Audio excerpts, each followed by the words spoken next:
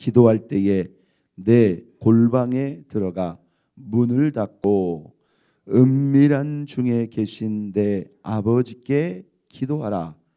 은밀한 중에 보시는 내 아버지께서 갚으시리라. 아멘. 할렐루야. 자, 기도에는 여러 가지 면들이 있다는 사실을 여러분들이 꼭 기억하셔야 됩니다. 여러분, 기도의 기준은 누가 잡을까요? 자, 하나님과 우리와의 대화와 교제입니다. 자, 두 기준을 하나님이 우리의 기도의 기준을 잡을까요? 우리가 기도의 기준을 알아서 잡는 것일까요? 그러니까 모르면 하나님이라고 얘기를 하면 거짓말이지 않을까요? 여러분 이렇게 생각해 보세요. 우리는 기도를 드리는 입장이죠. 하나님은 우리의 기도를 받는 입장이에요. 누가 아쉬운 입장이에요? 우리가 아쉬운 입장이 훨씬 많죠. 그러니까 우리가 아쉬운 입장이니까 잠만 말고 하나님께 맞춰. 꼭 그런 개념은 아닙니다. 이렇게 여러분들 생각하시면 어떨까 싶습니다. 결국 기도의 기준이라는 게 당연히 그냥 우리가 이렇게 분위기나 상식적으로 봐도 우리는 구하고 우리는 받는 입장이니까 당연히 하나님이 원하시는 기도의 기준에 맞춰드려야 되죠. 그런데 거기에는 제일 중요한 뜻이 뭐가 있어요? 우리가 나름대로 구한다고 하지만 하나님은 우리에게 최선과 최상의 답을 정확히 알고 계신다는 거예요. 믿습니까? 우리가 이런 착각에 빠질 수 있어요. 나는 내 나름대로 기도했는데 왜 하나님은 나에게 응답하시지 않는가? 그런데 그 기도가 우리가 생각하기에 그냥 단순한 게 아니라는 거예요. 거기에는 관계도 있고요. 기도에 있어서 믿음의 영역도 있고요. 그렇죠? 관계라는 것은 기도할 때만이 아니라 기도하기 이전에 그 하나님과 우리와의 삶의 관계를 말하는 거예요. 분명히 우리는 살아계신 하나님, 인격적인 하나님을 향하여 기도를 하고 있기 때문에 기도는 기도하는 순간의 관계만을 반영하는 게 아닙니다. 맞죠? 내가 기도하기 전에 하나님 앞에 합당하지 못한 죄와 허물을 범했다면 기도를 어디서부터 시작해야 돼요? 회개에서부터 시작돼야 당연히 마땅한 거예요. 여러분, 내가 무슨 짓을 하든지 어떤 행동을 하든지 어떤 삶을 살든지 그냥 기도할 때 기도만 잘하면 하나님 무조건 우리의 기도를 들으시나요? 그렇지 않단 말이에요. 우리의 삶, 하나님과 우리와의 관계도 반영이 돼야 되고요. 또 우리가 지금 계속 배웠습니다마는 하나님과 우리와의 기도에 있어서 교제에 있어서 아주 독특한 특징 중에 한 가지가 뭐다? 믿음의 영역이라는 게 있어요. 얼마큼 내가 믿고 기도했는가. 또 우리가 어제 아침에 마태복음 7장 7절 8절 아주 기도의 정석과 같은 예수님이 직접 우리에게 사실 기도를 가르쳤다는 사실. 그러면 우리가요, 여러분 우리가 하나님께 얻고 받을 수 있는 것이 영육간에 얼마나 많습니까? 그리고 실제로 우리가 보면 그게 그렇게 막 복잡하고 어려운 것도 아니에요. 그래서 우리가 그 말씀을 잘 맞춰야 돼요. 어제 아침에 주님은 우리에게 기도에게는 세 가지 면이 있다고 그랬어요. 세 가지 면. 어떤 거죠? 구하는 면이 있고 찾는 면이 있고 두드리는 면이 있다. 그런데 우리는 보통 어둠 면에서 기도를 전부 이해하고 적용하고 있어요. 대부분 그냥 구하는 것만으로 생각하고 있어요. 그러니까 낮은 수준, 어린아이 수준. 분명히 구하는 면도 있어야 돼요, 없어야 돼요? 있어야 돼요.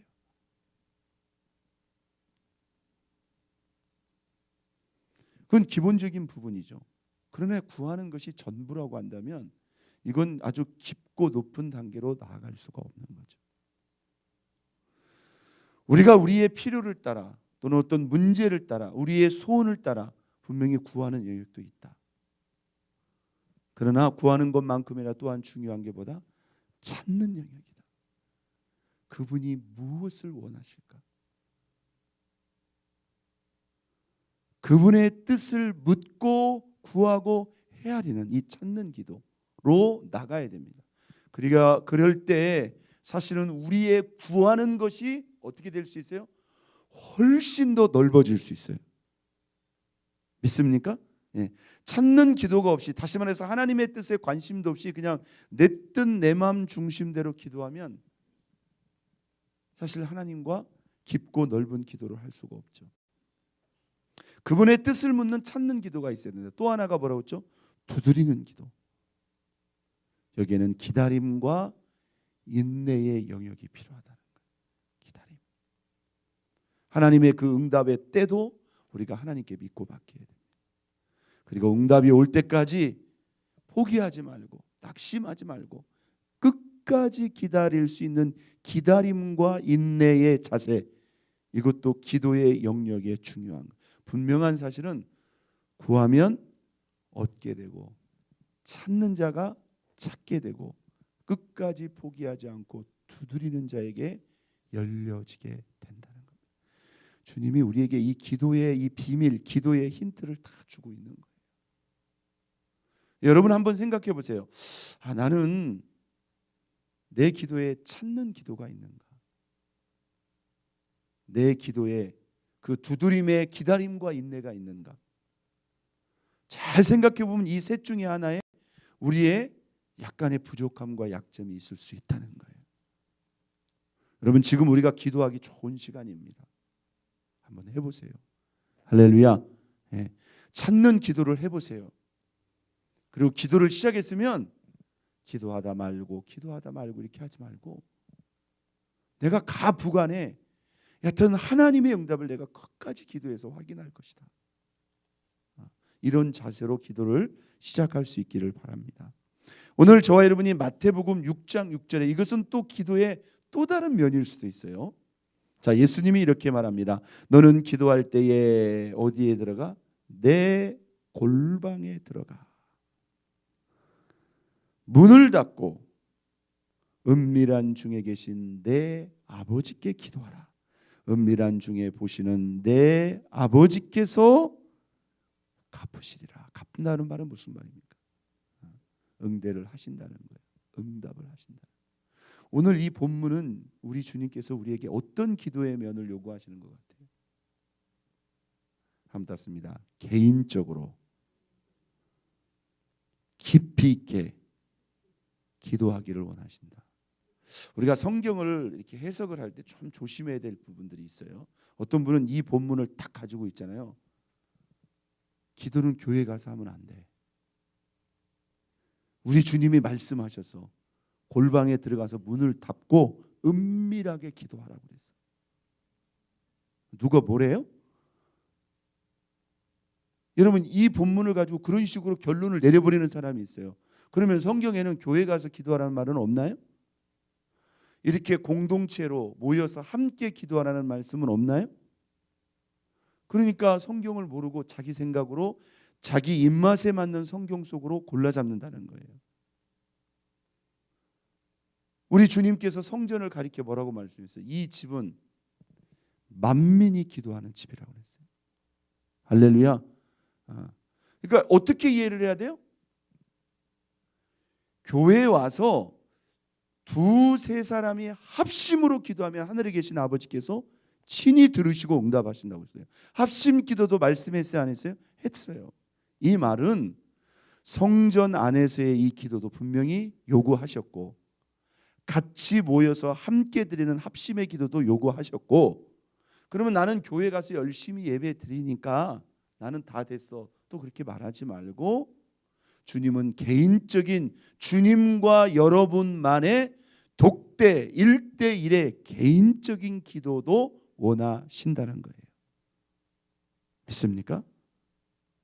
하나님과 여러분만의 1대1의 이 독대의 개인적인 기도를 주님은 또한 원하신다는 거예요. 이게 우리 예수님의 기도의 모습을 보세요. 여러분, 우리 예수님은 항상 골방에 가서 혼자만 기도했나요? 아니에요. 예수님께서 제자들을 데리시고 제자들과 함께 기도하신 장면도 나와요, 안 나와요? 분명히 나온다 이 말이에요. 그런데 성경을 또 자세히 보니까 예수님이 그 제자들을 뒤로 하시고 하나님 아버지와 함께 깊이 있게 독대하시면서 기도하셨던 장면이 나와요, 안 나와요? 나온다 이 말이에요. 광야에서 40일 금식하실 때 혼자 들어가셨단 말이에요. 제자들을 선택하시기 전날 밤에는 혼자 산으로 올라가셔서 혼자 그 산에서 밤을 지새우며 기도했다 이 말이에요. 오병이어의 기적을 행하시고도 제자들을 배를 태워서 바다 건너편으로 보내시고 당신은 어디로 올라가세요? 산으로 올라가셔서 독대하시면서 하나님 앞에 깊이 기도했어요. 자, 첫째 정리해야 될 거, 하나님은 성전의 기도도 원하신다, 원하지 않는다? 원하신다. 의미가 있는 거예요. 어떤 분들은 그냥 집에서만 예배드리고 집에서만 기도한, 특히 코로나 이후에 독대의 기도를 아주 그냥 자리 잡을, 독대의 예배, 독대의 기도만을 또 이렇게 고집하시고 그쪽에 아주 눌러 앉으신 분들이 계시는데, 여러분 아닙니다.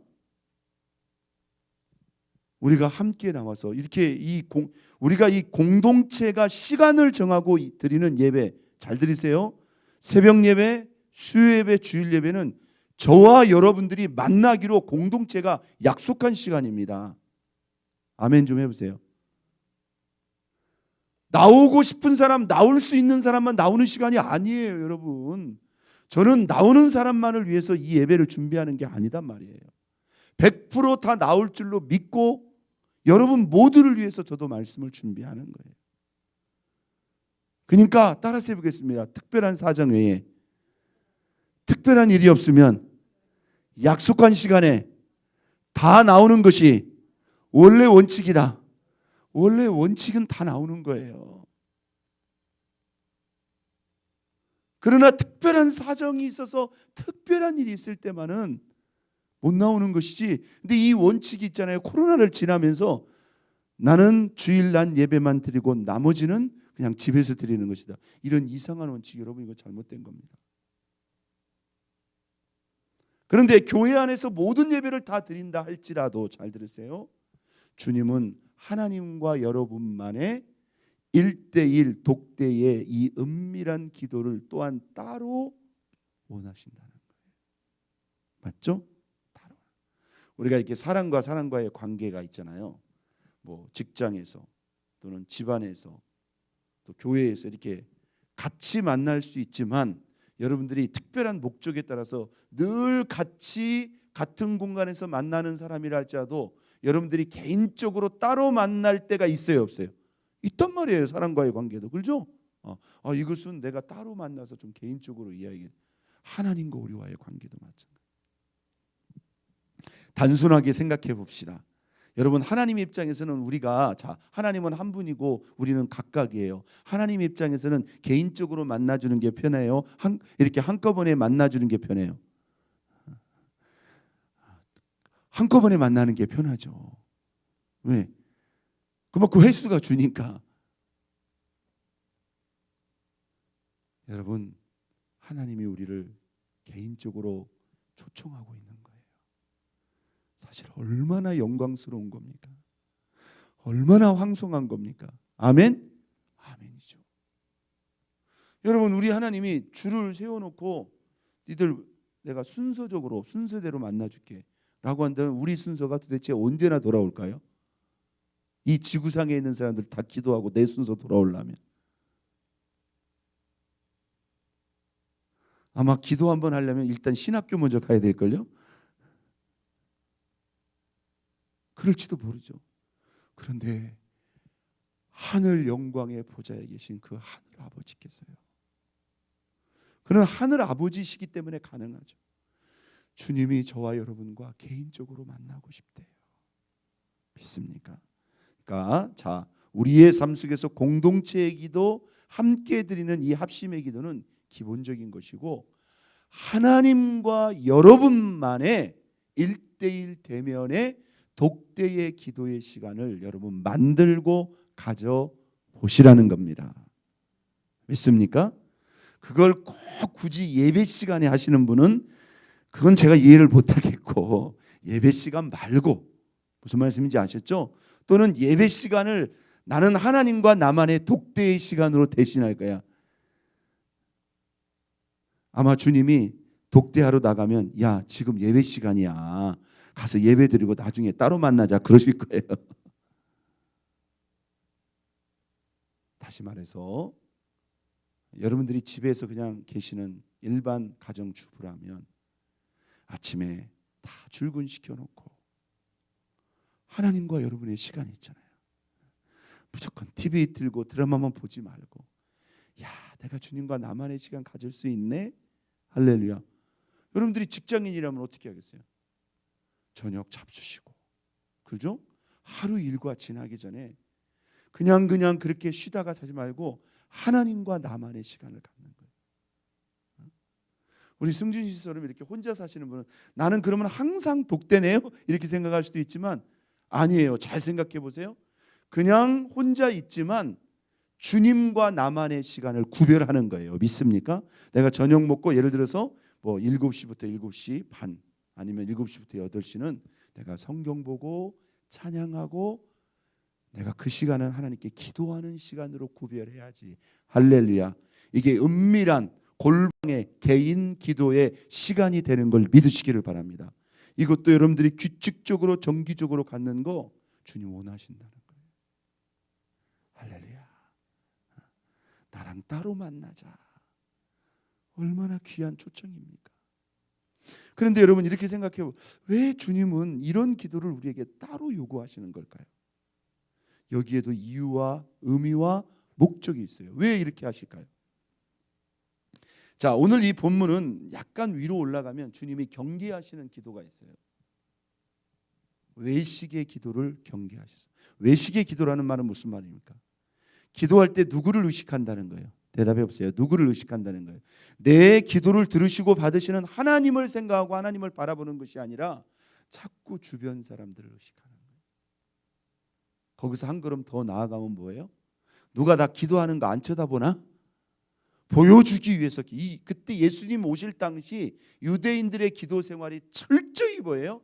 하나님을 생각하고 하나님을 향한 기도가 아니라 다른 사람들을 생각하면서 다른 사람들에게 보여주기 위한, 이게 종교 생활이라는 거예요. 그 자체로서 이미 기도는 뭐예요? 의미를 잃어버려요. 우리가 교회에 나와서 성도들과 함께 기도할 때 이 부분을 조심해야 됩니다. 믿습니까?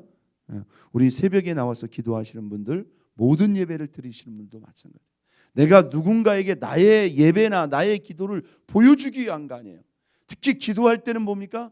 더 집중해야 돼요. 누구만 바라봐야 돼요? 하나님만을 바라봐야 돼요. 하나님께만 집중하는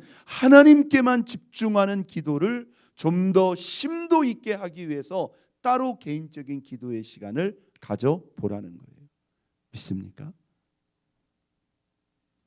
자, 주님이 왜 이 골방의 이 기도를 우리에게 요구하셨을까요? 한번 더 씁니다. 깊이 있는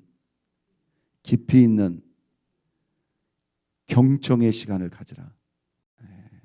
자, 우리가 아까 찾는다고 그랬죠. 잘 보세요.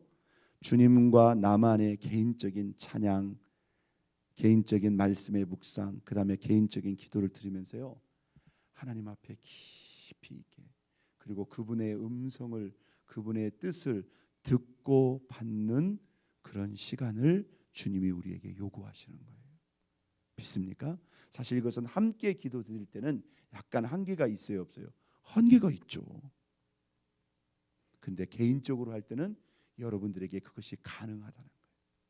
오늘 주님이 이렇게 개인적으로 저와 여러분들을 독대하시기를 원하신다는 것을 믿고, 여러분이 공동체를 통해서 함께 합심으로 예배할 뿐만 아니라 또한 이렇게 개인적으로도 깊이 있게 또 경청하면서 이렇게 주님 앞에 은밀하게 나아갈 수 있는 저와 여러분의 믿음과 기도가 될 수 있기를 예수 그리스도의 이름으로 축원드립니다. 우리 주님을 향하여 주여 3번 부르고, 하나님, 우리가 우리의